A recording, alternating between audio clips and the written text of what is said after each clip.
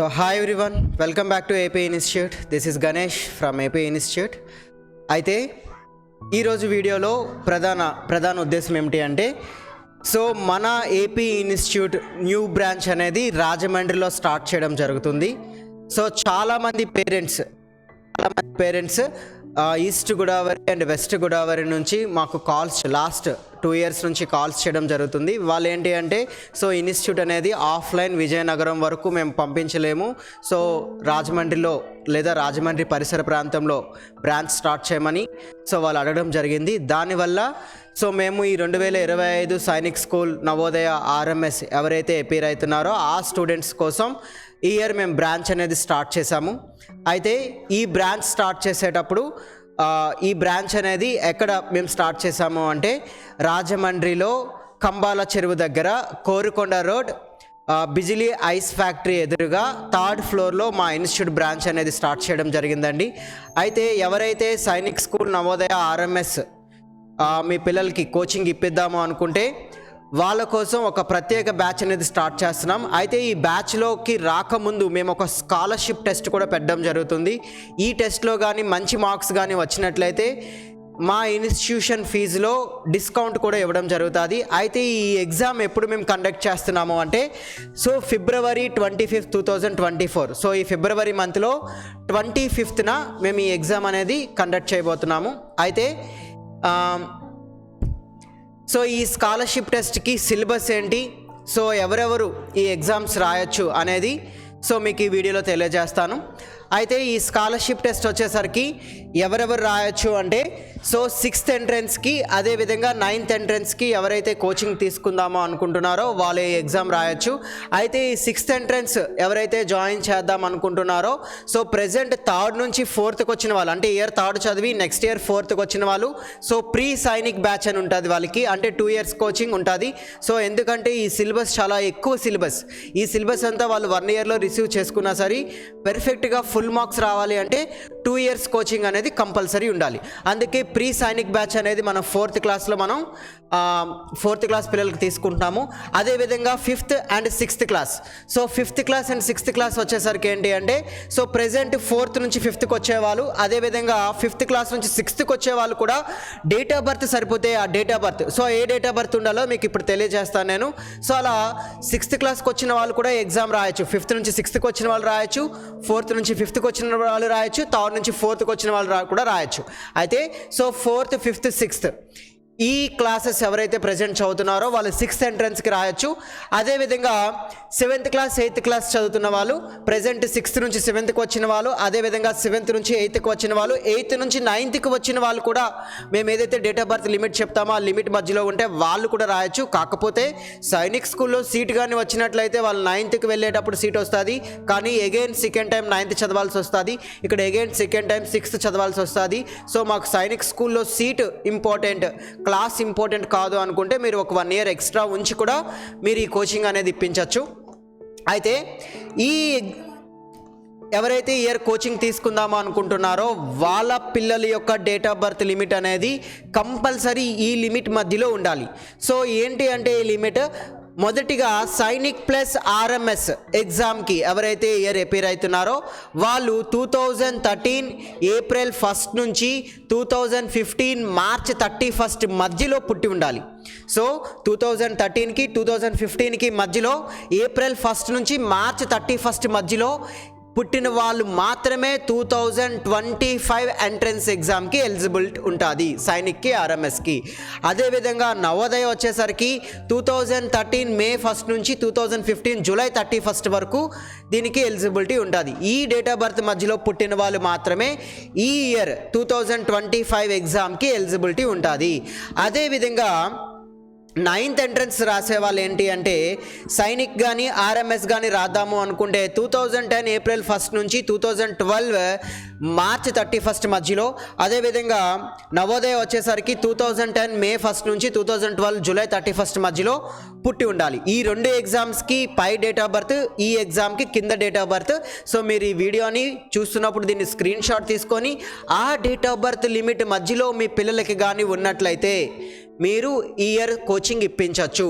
అదేవిధంగా 1 ఇయర్ ఎక్స్ట్రాగా ముందుగానే కోచింగ్ ఇప్పిద్దాం అనుకుంటే సో ఇక్కడ 2013కి 2014 2016 వరకు ఉన్న వాళ్ళు కూడా ఎలిజిబిలిటీ ఉంటుంది. అంటే ఇప్పుడు 3rd నుంచి 4th వచ్చింది, 4th క్లాస్లో 5th క్లాస్లో కోచింగ్ ఇద్దాము, పిల్లలకి ఇప్పించి సైనిక్ స్కూల్కి ఆర్ఎంఎస్ ఎగ్జామ్కి అపీర్ చేద్దాము అనుకున్న వాళ్ళైతే అలా ఆ డేట్ ఆఫ్ బర్త్స్ బేస్ చేసుకొని 1 ఇయర్ ముందుకు జరుపుకుంటూ మీరు చెక్ చేసుకోవాలి. అయితే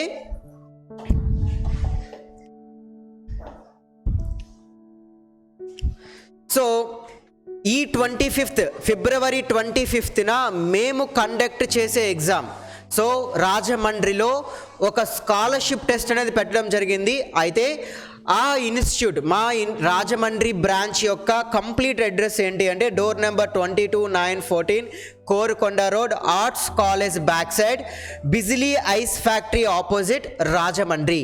ఈ ఏరియాలో ఓకే 3rd ఫ్లోర్లో ఎగ్జామ్ అనేది జరుగుతుందండి. మీరు ఫిబ్రవరి 25th సండే రోజు ఎవరైతే ఎగ్జామ్కి మీ పిల్లల్ని రాయిద్దాము, సైనిక్, నవోదయ, ఆర్ఎంఎస్ వంటి స్కూల్స్లో జాయిన్ చేయడానికి కోచింగ్ ఇప్పిద్దాము అనుకుంటే మీరు ఈ అడ్రస్కి మీరు ఆ రోజు మీ పిల్లల్ని తీసుకొని రావాలి. అయితే ముందుగా ఈ ఎగ్జామ్ మీరు రాయించాలి అంటే రిజిస్ట్రేషన్ చేయించుకోవాలి. అయితే ఆ రిజిస్ట్రేషన్ యొక్క లింక్ అనేది కింద డిస్క్రిప్షన్లో ఇవ్వడం జరిగింది. లేదు అనుకుంటే సో ఆ రిజిస్ట్రేషన్ లింక్ డిస్క్రిప్షన్లో ఇవ్వడం జరిగింది. అదేవిధంగా ఈ నెంబర్స్కి, ఇక్కడ కనిపిస్తున్న నెంబర్స్కి మీ స్టూడెంట్ నేమ్, అలాగే student present class, date of birth, contact number, address, ఈ 5 కూడా ఫిల్ చేసి మాకు ఈ నెంబర్స్కి వాట్సాప్ చేసినా సరే సో మేము వాళ్ళకి హాల్ టికెట్ జనరేట్ చేసి మీకు వాట్సాప్ చేయడం జరుగుతుంది. అలా రిజిస్ట్రేషన్ ఫామ్ ఫిల్ చేసి మాకు పంపించిన వాళ్ళు కూడా మేము హాల్ టికెట్ జనరేట్ చేసి పంపించడం జరుగుతుంది. సో అలా మీరు ముందుగా రిజిస్ట్రేషన్ చేసుకున్న వాళ్ళకి ఈ స్కాలర్షిప్ టెస్ట్ అనేది ఉంటుంది. ఈ స్కాలర్షిప్ టెస్ట్లో ఎవరికైతే మంచి మార్క్స్ వచ్చాయో వాళ్ళకి ఫీజులో ఫుల్ 100% ఫీజు అనేది కూడా తగ్గించడం ఉంటుంది. అది పిల్లల యొక్క పెర్ఫార్మెన్స్ బేస్ చేసుకుని ఉంటుంది. అయితే మరి ఈ ఎగ్జామ్కి ప్రిపేర్ చేయించాలి అంటే ఈ ఎగ్జామ్కి మేము కొన్ని పర్టికులర్ టాపిక్స్ అనేది ఇవ్వడం జరిగింది.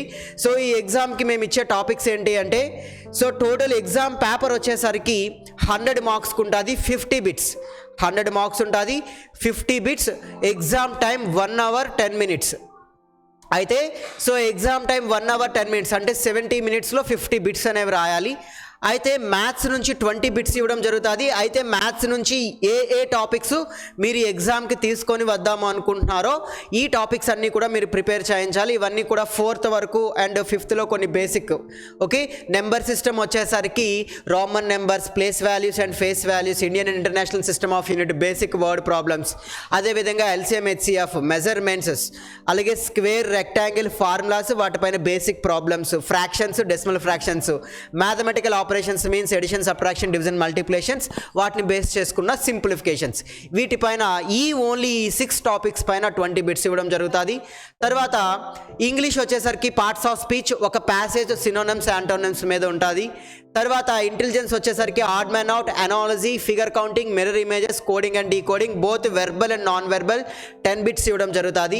నెక్స్ట్ జీకే వచ్చేసరికి states and capitals, dance forms of India, important persons of India, national symbols, Indian defence, historical monuments అంటే తాజ్ మహల్ ఎక్కడుంది, రెడ్ ఫోర్ట్ ఎక్కడుంది, ఇండియన్ గేట్ ఎక్కడుంది, ఇలాంటి క్వశ్చన్స్ అన్ని కూడా హిస్టారికల్ మాన్యుమెంట్స్ నుంచి ఉంటాయి.